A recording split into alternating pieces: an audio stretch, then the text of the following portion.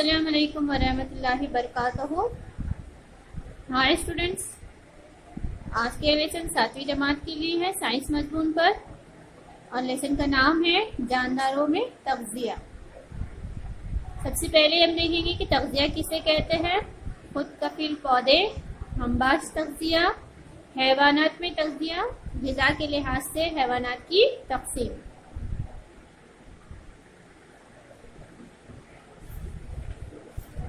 सबसे पहले क्या देखेंगे कि तग़ज़िया किसे कहते हैं। जानदारों का तग़ज़ियाती मादे जिसमें दाखिल करके इनका इस्तेमाल करना तग़ज़िया कहलाता है। तग़ज़िया की ज़रूरत क्यों पड़ती है? काम करने के लिए तवानाई मिलती है, इसलिए नशोनुमा और बढ़ोतरी के लिए खलियात की झीज खत्म करके इनकी फूट को दुरुस्त करना, जिस्म को अमराज से बचाना, इसलिए हमें तग़ज़िया की ज़रूरत पड़ती है। इसके बाद है कि जानदारों में चंद हयाती अफ़आल मुसलसिल जारी रहते हैं। हमारे जिस्म की नशोनुमा और सेहत के लिए जिन मादों का हाजिमा होता है जो पचते हैं, नए जिनसे तवानाई हासिल होती है, इन्हें ग़िज़ाई मादे कहते हैं। ग़िज़ा से मुख्तलिफ ग़िज़ाई अज्जा हासिल होते हैं। ये तग़ज़ियाती मादे हैं। इनको 2 जमातों में तकसीम किया जाता है, कला तग़ज़ियाती मादे और खुर्द तग़ज़ियाती मादे। जिस्म को बड़े पैमाने पर कार्बोहाइड्रेट, प्रोटीन और चर्बी की ज़रूरत होती है, जबकि मादनियात, नमकियात और विटामिन कम मिक़दार में दरकार होते हैं। अब देखेंगे खुद कफील तग़ज़िया किसे कहते हैं और गैर खुद कफील तग़ज़िया किसे कहते हैं। सबसे पहले है खुद कफील तग़ज़िया। खुद जानवर अपने ग़िज़ा खुद तैयार करके खुद की नशोनुमा करते हैं। तग़ज़िया की इस किस्म को खुद कफील तग़ज़िया कहते हैं।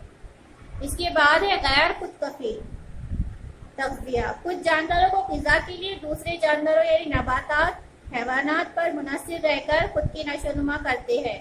इस तरह के तग़ज़िये को गैर कफील तग़ज़िया कहते हैं। इसकी मिसाल है जैसे जंगली जानवर जो गोश्त, दूसरे नबातात का गोश्त खाते हैं, या फिर ऐसे जानवर जो नबातात खाते हैं यानी घास वगैरह। और खुद कफील की मिसाल है जैसे कि नबातात खुद अपनी ग़िज़ा सूरज की रोशनी में तैयार करते हैं, तो उन्हें खुद कफील तग़ज़िया कहेंगे। इसके बाद है खुद कफील पौधे। नबातात अपनी ग़िज़ा किस तरह तैयार करते हैं। नबातात को भी नशोनुमा के लिए ग़िज़ा की ज़रूरत होती है। नबातात अपने लिए दरकार ग़िज़ा खुद तैयार करती है। ज़मीन से पानी, ग़िज़ाई मादे और हवा से कार्बन डाइऑक्साइड का इस्तेमाल करके फ़िज़रे यानी क्लोरोफिल जिसे कहते हैं, सूरज की रोशनी की मदद से नबातात पत्तों में ग़िज़ा तैयार करती है। इस अमल को शुआई तरकीब कहते हैं। इसके बाद हम देखेंगे कि नबातात रोशनी की तवानाई को कीमियाई तवानाई में तब्दील करती है। ये तवानाई वो ग़िज़ा के तौर पर ज़ख़ीरा करती है। जड़ पानी, नमकियात और मादनियात ज़मीन से जज़्ब करने का काम करती है। तना पानी और नमकियात को पत्तों तक पहुंचाता है। हवा की CO2 पत्तों पर मौजूद मसामात के ज़रिए इनमें दाखिल होती है। पत्तों के इन मसामात को दहन खलियात कहते हैं। पत्तों में पाए जाने वाले सब्ज़ मायने में फ़िज़रा होता है जो सूरज की रोशनी जज़्ब करने में मदद देता है। इस अमल में ऑक्सीजन खारिज होती है। पत्तों के अलावा शुआई तरकीब का अमल नबातात के दीगर हिस्से जैसे हरे तने भी अंजाम देते हैं, क्योंकि इसमें फ़िज़रा होता है। अब हम इसके बाद देखेंगे नबातात में हमलो नकल। जैसे कि कद्दू की बेल का 2-3 पत्तों के साथ एक टुकड़ा लेकर तने का निचला हिस्सा पानी में रखकर काटिए। एक बेकर में थोड़ा सा पानी लेकर इसमें रोशनाई के साथ साथ 8 कतरे डालना है। इसमें बेल खड़ी रखिए। इसमें होने वाली तब्दीली का मुशाहिदा करना है। तो ये है कि नबातात में हमलो नकल के लिए खशबा और लेहा नामी 2 किस्म की नालियाँ होती है। खुशबे के जरिए जड़ से पानी और नमकियात नबातात के ऊपर के हिस्सों तक पहुंचाए जाते हैं।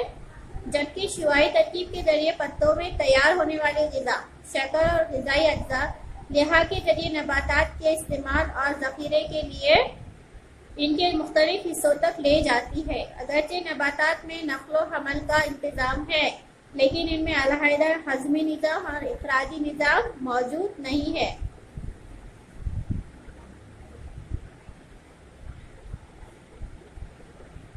शिवाई तरकीब के अमल के जरिए नबातात कार्बोहाइड्रेट तैयार करती है। कार्बोहाइड्रेट कार्बन, हाइड्रोजन और ऑक्सीजन से बनते हैं। प्रोटीन कार्बन, हाइड्रोजन, ऑक्सीजन और नाइट्रोजन से बनते हैं। प्रोटीन तैयार करने के लिए नबातात नाइट्रोजन कहाँ से हासिल करती है? नाइट्रोजन हवा में गैस की हालत में मौजूद होती है, लेकिन नबातात नाइट्रोजन को गैसी हालत में जज़्ब नहीं कर सकते। इस अमल के लिए नाइट्रोजन का तयन होना यानी नाइट्रोजन का नाइट्रोजनी मुरक्कब में तब्दील होना जरूरी होता है।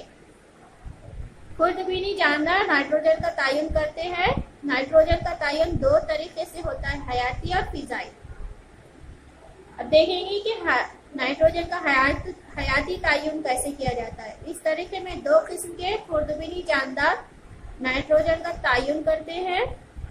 राइजोबियम नामी खुर्दबीनी जानदार दो दाला नबातात की जड़ों पर मौजूद गांठों में पाए जाते हैं। ये खुर्दबीनी जानदार हवा में मौजूद नाइट्रोजन जज़्ब करके इसे नाइट्रोजनी मुरक्कबात में तब्दील करते हैं। मिट्टी में पाए जाने वाले एजोटो बैक्टीरिया नामी खुर्दबीनी जानदार हवा की नाइट्रोजन को नाइट्रोजनी मुरक्कबात में तब्दील करते हैं। नाइट्रोजन का फिजाई तयन। बारिश के मौसम में जब बिजली चमकती है तो हवा की नाइट्रोजन और ऑक्सीजन के दरमियान तामुल होकर नाइट्रिक ऑक्साइड तैयार होता है। इसकी दोबारा तकसीद होकर नाइट्रोजन डाइऑक्साइड बनता है। ये नाइट्रोजन डाइऑक्साइड बारिश के पानी में हल होकर नाइट्रिक एसिड बनाता है, जो बारिश के पानी के साथ जमीन पर आता है। नबातात अपनी नशोनुमा के लिए इस नाइट्रोजन का इस्तेमाल करती है। अब इसके बाद हम देखेंगे हमबाश तग़ज़िया। दो या दो से ज्यादा जानदारों के करीबी ताल्लुक से नशोनुमा, तहफ़्फ़ुज़ और सहारे में मदद मिलने को हमबाश तग़ज़िया कहते हैं। कुछ दरख्तों की जड़ों के करीब फफूंद नशोनुमा पाती है। दरख्त फफूंद को तग़ज़ियाती मादे फराहम करती है। इसके बदले में फफूंद दरख्त की जड़ों को नमक और पानी फराहम करती है। इसी तरह जब काई और फफूंद एक साथ रहते हैं तो इस वक्त फफूंद काई को आसरा, पानी और नमकियात फराहम करती है। इसके बदले में काई फफूंद को ग़िज़ा पहुंचाती है। इस तरीके से तैयार होने वाली हमबाश नबातात पत्थर फूल है।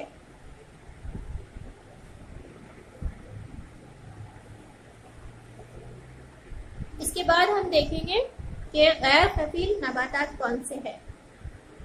गैर कफील नबातात में ख़िज़रा नहीं पाया जाता। ये किस तरह जिंदा रहते हैं, इन्हें ग़िज़ा कहाँ से मिलती है? ये जो नबातात दूसरे जानवरों के जिस्म में या जिस्म पर नशोनुमा पाती है, इनसे अपनी ग़िज़ा हासिल करती है। इन्हें तुफ़ैली नबातात कहते हैं। मसलन लोरेंथस अमरबेल। ख़िज़रे की गैर मौजूदगी की वजह से अमरबेल पूरी तरह मेज़बान दरख्त पर ही मुनहसर रहता है, इसलिए इसे मुकम्मल तुफ़ैली नबात कहते हैं। हशरात खोर नबातात। कुछ नबातात कीड़ों का शिकार करके इसके जिस्म से ग़िज़ा हासिल करती है। ये नबातात ऐसी ज़मीन में नमू पाते हैं जहाँ नाइट्रोजनी मुरक्कबात की कमी होती है या पानी में नशोनुमा पाते हैं। ड्रासेरा बर्मानी एक हशरात खोर पौधा है। इस पौधे की साख किसी फूल की मानिंद होती है। ये जमीन से करीब इसके मुतवाज़ी पड़ता है। इसके पत्ते पुरकशिश गुलाबी सुर्ख रंग के होते हैं। पत्तों के हाशिए पर बारीक बाल जैसे रेशे पाए जाते हैं। इन पर कीड़ों को राग़िब करने वाले मादे के खतरे होते हैं, चिपचिपे। श्रीलंका के साइंसदान जोहान बर्मन ने 1737 में इसे दरियाफ्त किया, इसलिए इस पौधे का नाम बर्मानी है।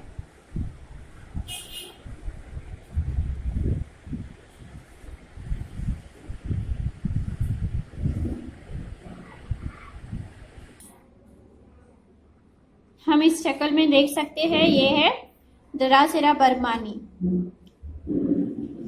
جو کیڑوں کا شکار کر کے اپنی نشوونما کرتا ہے۔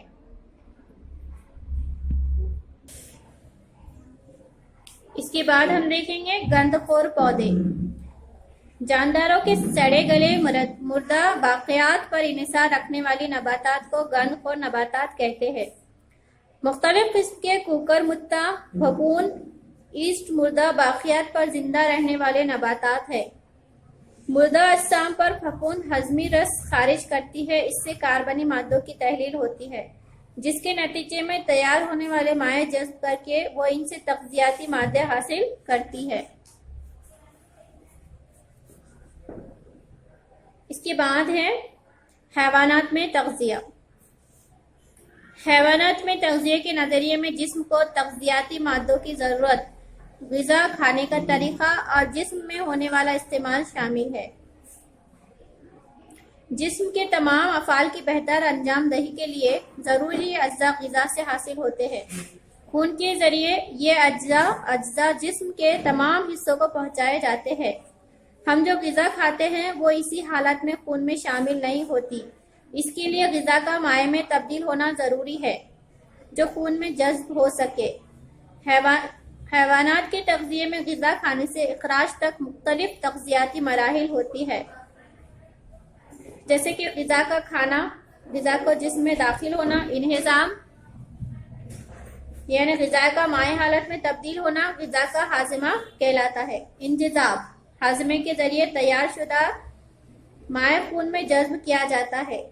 استحالہ یا پچنا جذب شدہ غذائی مائع جسم کے خلیات اور نسیجوں کی جانب حرکت کرتا ہے اور توانائی مہیا کرتا ہے۔ پھر اخراج جن غذائی مادوں کا ہاضمہ اور انجذاب نہ ہو وہ جسم سے باہر خارج کر دیے جاتے ہیں۔ اس کے بعد ہے ہیماجیوتی تغذیہ۔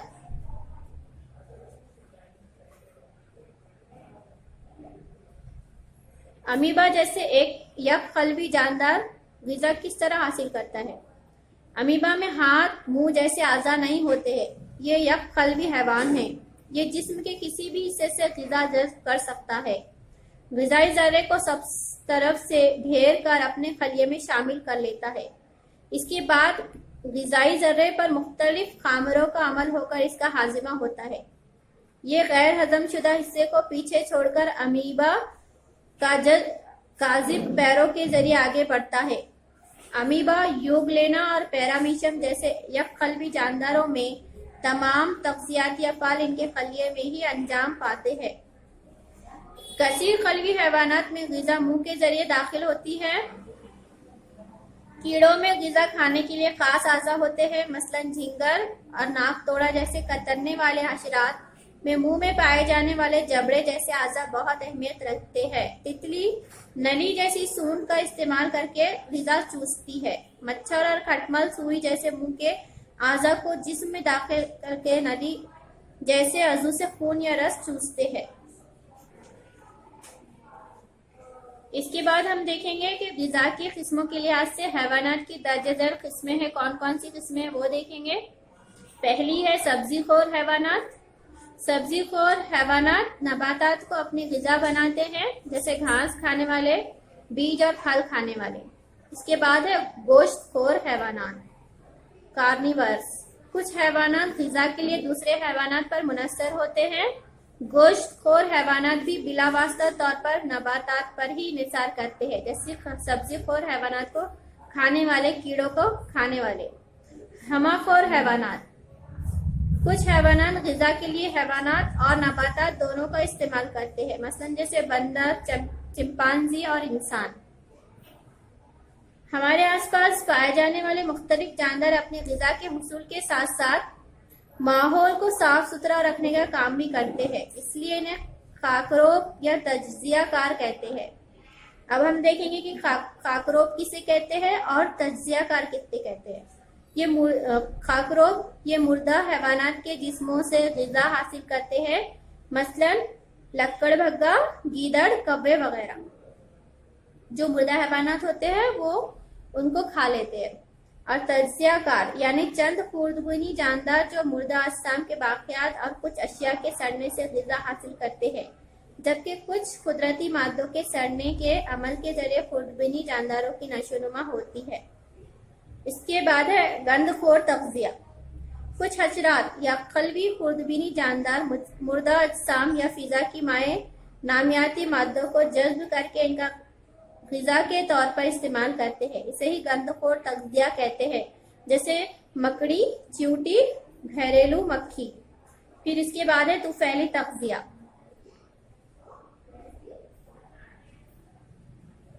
کچھ حیوانات غذا کے لیے دیگر جانداروں پر منحصر ہوتے ہیں، یہ ان سے غذا حاصل کرتے ہیں، اسی کو حیوانات کی طفیلی غذا کہتے ہیں۔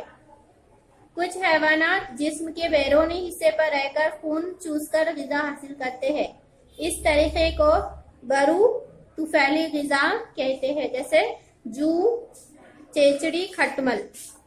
چپٹے دودے، گول دودے ہمارے جسم کے اندر رہ کر خون کے ذریعے غذا حاصل کرتے ہیں یا راز غذا جذب کرتے ہیں، اس طریقے کو درو طفیلی تغذیہ کہتے ہیں۔ یہ حیوانات درو طفیلی کے طور پر جانے جاتے ہیں۔ آج کے اس لیسن میں ہم نے دیکھا کہ تغذیہ کسے کہتے ہیں، خود کفیل پودے کون سے ہیں، ہمباش تغذیہ کسے کہتے ہیں، حیوانات میں تغذیہ کیا کیا ہے، غذا کے لحاظ سے حیوانات کی کتنی قسمیں ہیں، اور امید کرتی ہوں کہ یہ لیسن آپ کے سمجھ میں آیا ہے۔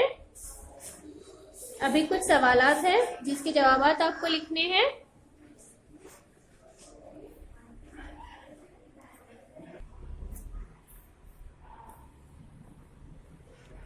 بورڈ پر کچھ سوالات دیے گئے ہیں جس کے آپ کو جوابات لکھنا ہے۔ پہلا ہے حیوانات کو تغذیے کی ضرورت کیوں ہوتی ہے؟ دوسرا ہے نباتات میں غذا تیار کرنے کا عمل واضح کیجیے، اور تیسرا ہے حیوانات میں عمل تغذیہ کے مختلف مراحل واضح کیجیے۔ آج کی اس لیسن میں اتنا ہی۔